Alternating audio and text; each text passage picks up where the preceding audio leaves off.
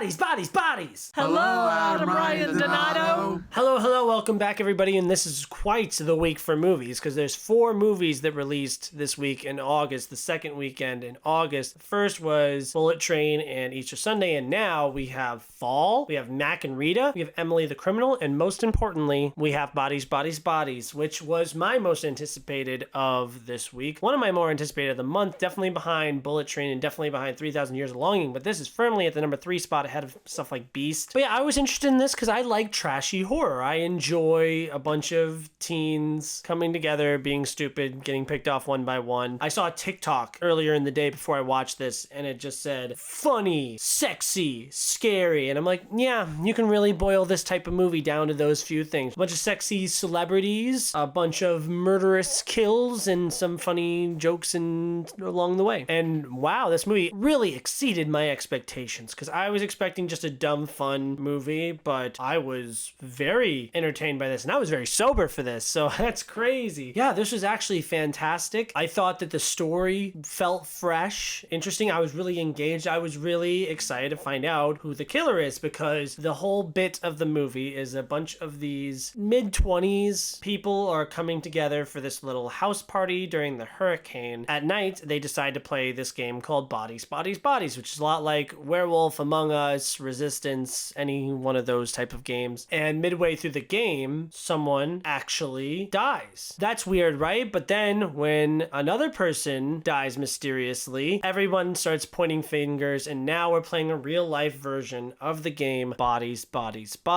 I had a great time with this. I think it's more funny than it is anything else. Don't get me wrong, it's sexy, and it's also scary too, because I'm on edge. I'm kind of worried about who is it gonna be.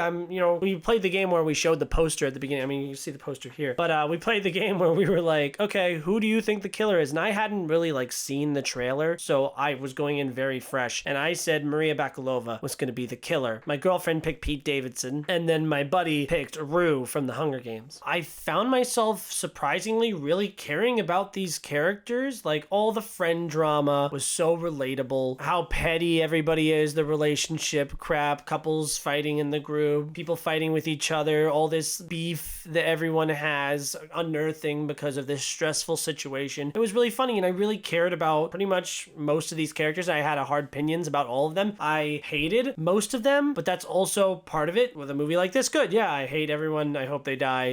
That's satisfying. My favorite character probably being, I'm a Pete Davidson guy, so I thought he was very well used, and he was extremely funny in the movie. They definitely have an understanding of his public image, and they play into that, and they poke fun at it without being outwardly about him, like something like King of Staten Island, which is just basically mock biopic. That being said, the girl who starred in Shiva Baby, she was also one of my favorites in this movie. She was wildly hilarious throughout. Everyone was really great. I didn't dislike anybody in a way that I wasn't supposed to. I hated people, and I hated decisions that they made, but I wasn't wishing that anybody was in the movie it'd be better without this character. I mean, not in the way that it'd be better if they died. I'm just it would be better if they're never here at all. Without spoiling anything in the movie, I love how current that it is. That might age poorly, but also I'm fine with that. There's a lot of jabs poked at wokeness and stuff, which I thought was funny. When she's like, oh, I'm an ally, because they start to argue over their beef while also arguing about the situation that they're in, and it gets to places like that, and just seeing how people react in those situations is really funny. I thought that the ending was honestly my favorite part. It really wrapped everything up together all nicely. Everything now made sense, and it's one of those where I kind of want to go back and see it again so that I could pick out the points in the movie where I'm like, oh, that makes sense. This is definitely one you want to go into knowing nothing. I really recommend that. Don't even watch the trailer. Just go and see this. It's a trashy, fun teen horror movie. I'm sure that there'll be a bunch of teens sneaking into it this weekend because it's rated R. Maria Bakalova was also fantastic. By the way, I'm a big fan of hers ever since Borat 2 subsequent movie film. I'm really excited to see what this director does next. I thought this was fantastic. It's one of my favorite horror movies of the year, if not one of my favorite movies of the year, and I currently have it just ahead of Men. It kicked Lightyear off of my Dynasty top 10, but just ahead of Men and just below Nope,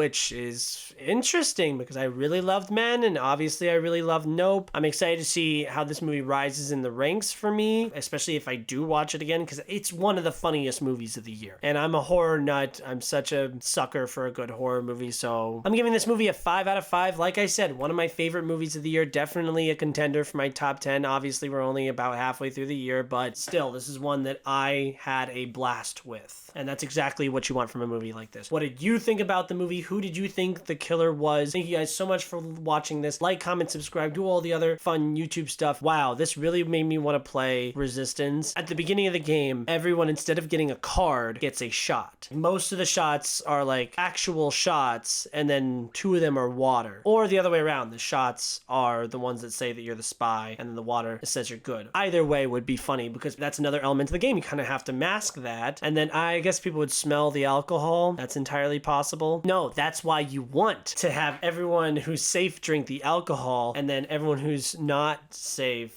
drinks the water. I don't know, I don't drink much more anyways, so who cares?